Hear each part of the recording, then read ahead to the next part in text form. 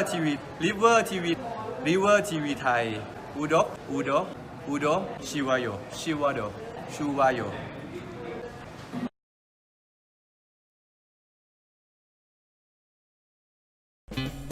사와디캅! 생활 밀착 태국 연애 문화 전문 채널 리버TV입니다. 마크는 미우와 함께 찍었던 드라마인 마이 허즈밴드 인 로라는 드라마가 올해 방송되면서 방영 종료 후 팬미팅을 할 정도로 높은 시청률을 올렸습니다. 마크 하면 킴벌리 얘기를 빼놓을 수 없는데요. 얼마 전에는 킴벌리와의 연애 7주년을 기념하는 사진을 올리기도 했는데요. 손목에 7자를 새긴 모습이 보이네요. 마크와 킴의 연애의 시작은 순탄치 않았지만 연애를 인정한 이후에는 지금까지 항상 사랑스러운 커플의 모습을 보여주고 있습니다. 태국 드라마를 러브 데스티니로 시작하신 분들에게는 위어는 벨라의 남친으로 먼저 아셨겠지만 하지만 태국에서는 벨라가 위어의 여친이었습니다.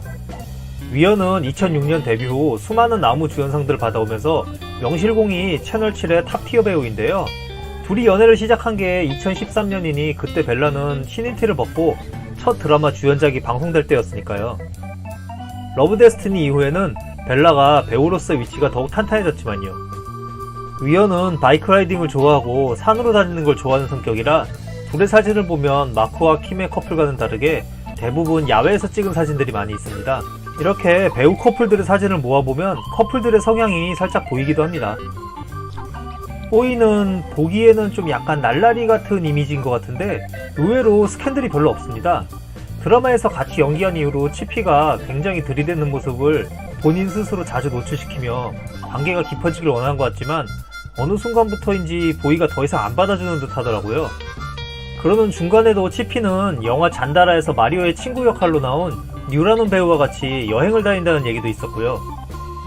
뽀이는 트레이드마크처럼 항상 수염을 기르고 있는 인상과 다르게 의외로 배우 전의 직업이 약사였습니다. TMI로 같은 수염인인 제가 볼 때 뽀이의 수염은 다듬는 수염입니다.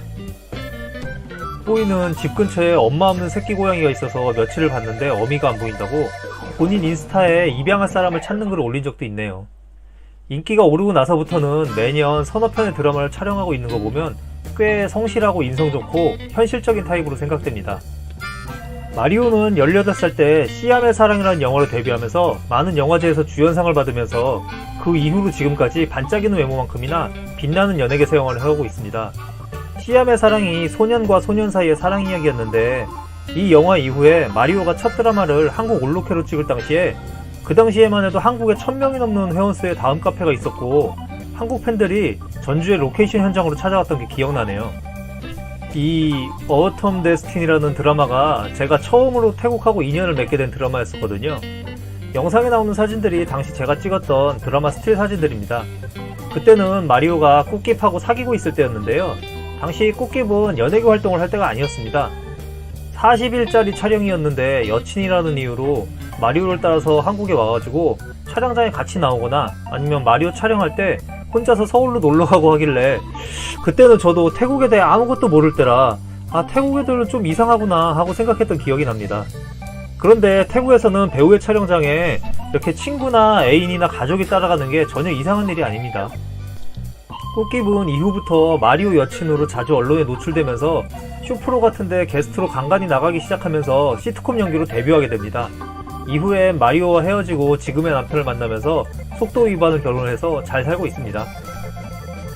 그때 그 한국 촬영이 끝난 이후에 제가 태국에 왔는데 마리오가 자기 첫 드림카라고 하면서 그 폭스바겐 클래식 비루를 샀다고 자랑하고 자기 생일이라고 초대해가지고 제가 스케이트보드를 선물해줬던 소년소년한 마리오는 그 영화 피막의 대히트 이후로는 제 연락을 안 받더라고요.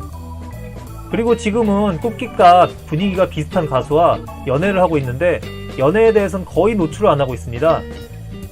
마리오는 드라마보다 영화를 더 작업을 많이 하고 있는데요. 제 생각에도 마리오는 영화 연기가 더 좋다는 생각이 들어요. 그리고 왕자의 게임에서 존 스노우의 더빙을 했다는데 이건 뭐 제가 보지는 못했지만 별로 들어보고 싶은 생각은 없네요. 제임지는 러브 데스티니를 먼저 보신 분들은 역시나 pop과의 네스카페 버디로 알고 계신 분이 많을 듯한데요. 2013년 드라마 데뷔와 함께 제임지는 바로 톱스타로 올라섭니다. 고딩 때 그 밴드를 했던 경력이 있고 2016년에는 일본에서 앨범을 발표하기도 했던 노래 실력으로 꽤 많은 CM송을 직접 부르기도 했습니다. 2016년 파디와라다라는 드라마를 벨라와 같이 연기했던 이후에 제임지와 벨라는 최고의 커플로 손꼽히기도 했습니다.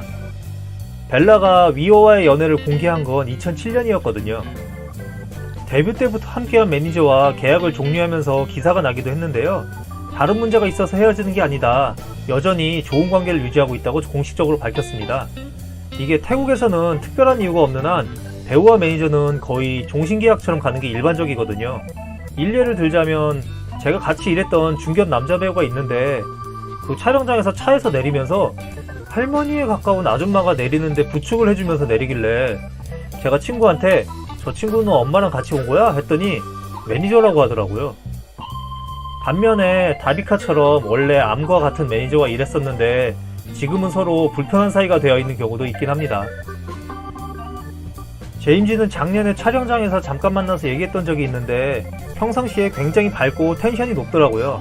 안녕하세요 정도의 한국말을 하길래 물어보니 한국에 몇 번 갔었다고 하면서 기본적으로 한국에 좋은 느낌을 갖고 있더라고요. 근데 이때는 제가 유튜브 안 할 때라 제가 팬이었던 아이스하고만 같이 사진을 찍고 왔네요. 다음번에 보면 인사말 따와야겠어요. 친하진 않지만 왠지 해줄 것 같은 느낌이 좀 들더라고요. 나댓은 아시듯이 야야와 연애 중이고요. 이 둘은 연애를 공개한 후 엄청난 시너지를 내서 태국은 물론이고 동남아권에서는 절대적인 팬덤을 보유하고 있습니다. 나댓은 사실 처음 데뷔할 때는 파액으로는 부족하다는 평을 받으면서 데뷔했습니다. 제가 처음 나댓을 본 게 데뷔하기 전에 당시 매니저 집에 놀러가서였는데요. 당시에는 정말 시골에서 상경한 느낌으로 저한테는 말도 못 걸던 꼬맹이 느낌이었고 그 이후로는 한 번도 못 봤는데 이렇게까지 스타 배우가 될지는 진짜 예상을 못했네요. 나중에 제 친구가 나댓이 그때 네가 봤던 애야 라고 해서 아 그래? 할 정도로 나댓은 정말 많이 바뀌었거든요. 지금 공개한 배우들의 페이가 제가 하나하나 물어보고 체크한 건 아니라는 걸 말씀드릴게요. 인터넷에서 보고 제가 정리한 건데요. 순위는 대략 맞다고 보시면 되는데 금액이 정확하다고 생각하시면 안 됩니다. 제가 정확히 아는 배우가 몇 명 있기는 하지만요. 연예인의 페이는 실제로 일에 들어가기 전까지는 정확히 얘기하지 않고 공개하지도 않습니다. 일의 성격에 따라 그때마다 다르기도 하고요. 기본적으로 페이는 공공 캠페인, 정부 관련 일, 드라마, 영화, 광고 순으로 높아진다고 생각하시면 됩니다. 안녕하세요.